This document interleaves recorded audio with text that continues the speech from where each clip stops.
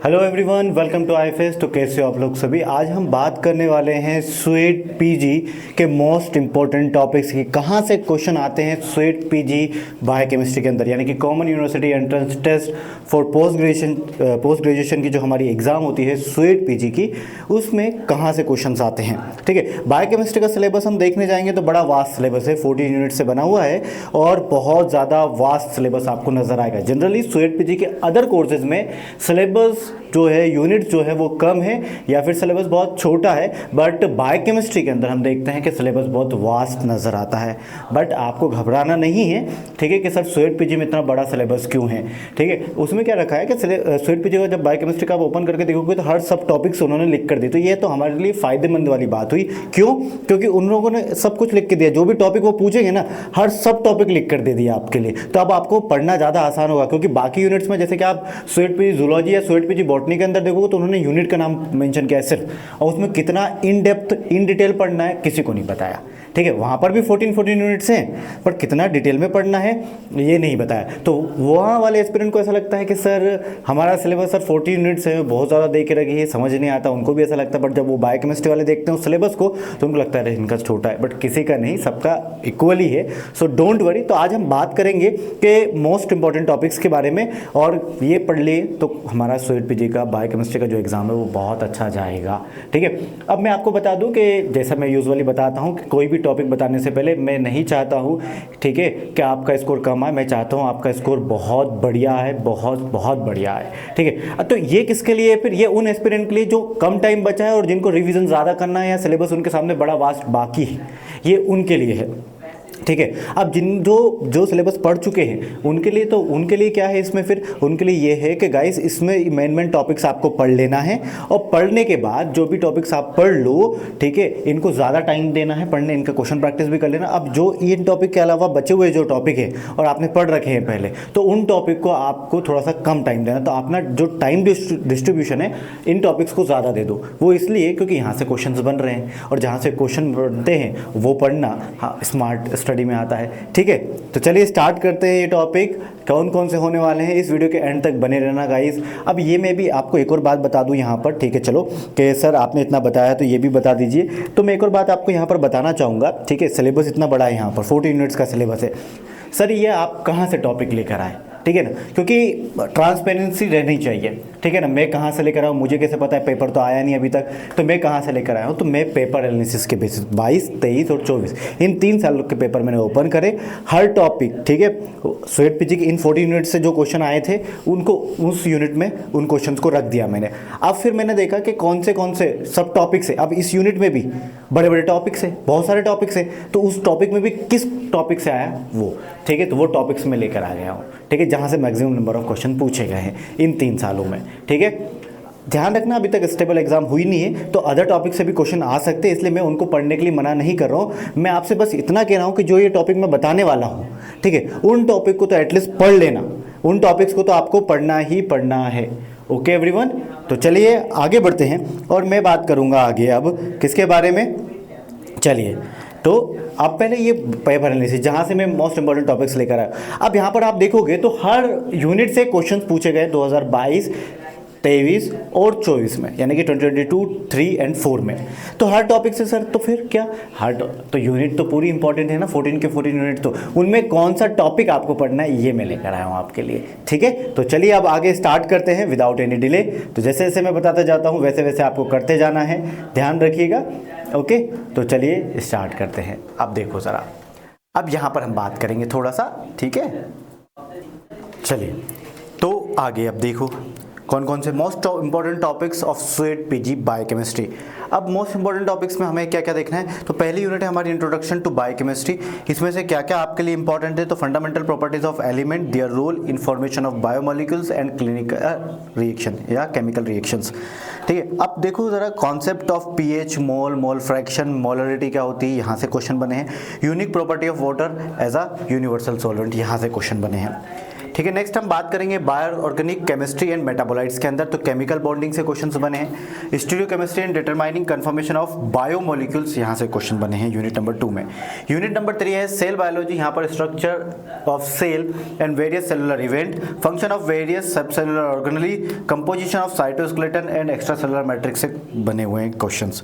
ठीक है, फिर हम बात करें बायोटेक्निक्स के अंदर chromatographic techniques and their application, centrifugation, chromatography in biological investigation, यहाँ से क्वेश्चन पूछे गए हैं। इलेक्ट्रोफोरेसिस से, स्पेक्ट्रोफोटोमेट्री से और एलाइजा से क्वेश्चंस हैं। ठीक है, चलिए नेक्स्ट हम बात करते हैं यूनिट नंबर 4 बायोमोलिक्यूल। बायोमोलिक्यूल के अंदर biomolecule present in living cells, ठीक है, वहाँ से क्वेश्चन बने हैं। Ramachandran plot, Melvin Calvin cycle, Louis Pasteur, ठीक है, हरगोबिंद खुराना वॉटसन, यहाँ से क्वेश्चन बने हुए हैं। ठीक है, तो ये साइंटिस्ट के नाम हैं जिन्होंने, ठीक है, जैसे रामाचंद्रन जी ने प्लॉट दिया था, रामाचंद्रन प्लॉट, ठीक है, कौन सा अमाइनो एसिड कहाँ एग्जिस्ट करता है, तो उस तरीके से वो पूछा जाएगा आपसे। प्रॉपर्टी ऑफ कार्बोहाइड्रेट, ठीक है, ऑब्वियसली बायोमोलिक्यूल यूनिट है तो कार्बोहाइड्रेट की property, protein, lipids, cholesterol, DNA, RNA, glycoprotein और ग्लाइकोलिपिड से क्वेश्चंस बनते हैं। Amino acid and nucleotide sequence of protein and DNA respectively यहाँ से भी बनते हैं। चलिए अब अगले यूनिट आती है न्यूट्रिशन और मेटाबॉलिज्म।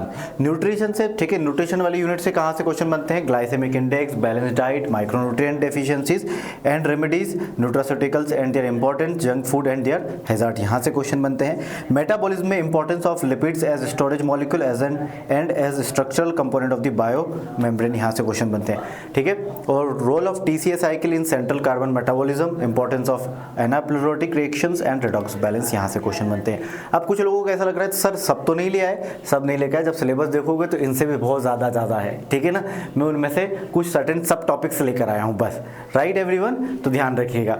अब देखो नेक्स्ट यूनिट है bioenergetics and membrane biology, basic concept of bioenergetics, mechanism of oxidative phosphorylation and photophosphorylation, यहाँ से क्वेश्चन है। Composition and structure of biomembrane, transport mechanism across the biological membrane, यहाँ से क्वेश्चन है। ओके, फिर हम आगे बात करेंगे ह्यूमन फिजियोलॉजी, यहाँ से जैसे कि mechanism of signal transduction by steroid and polypeptide hormone, process of gaseous exchange in tissue and lungs, respiratory adaptation to high altitude, difference between haemoglobin and myoglobin, यहाँ से क्वेश्चन है। क्लिनिकल बायोकेमिस्ट्री के अंदर मैं बात करूंगा constituent of urine, blood and their significance, यहाँ से क्वेश्चन है।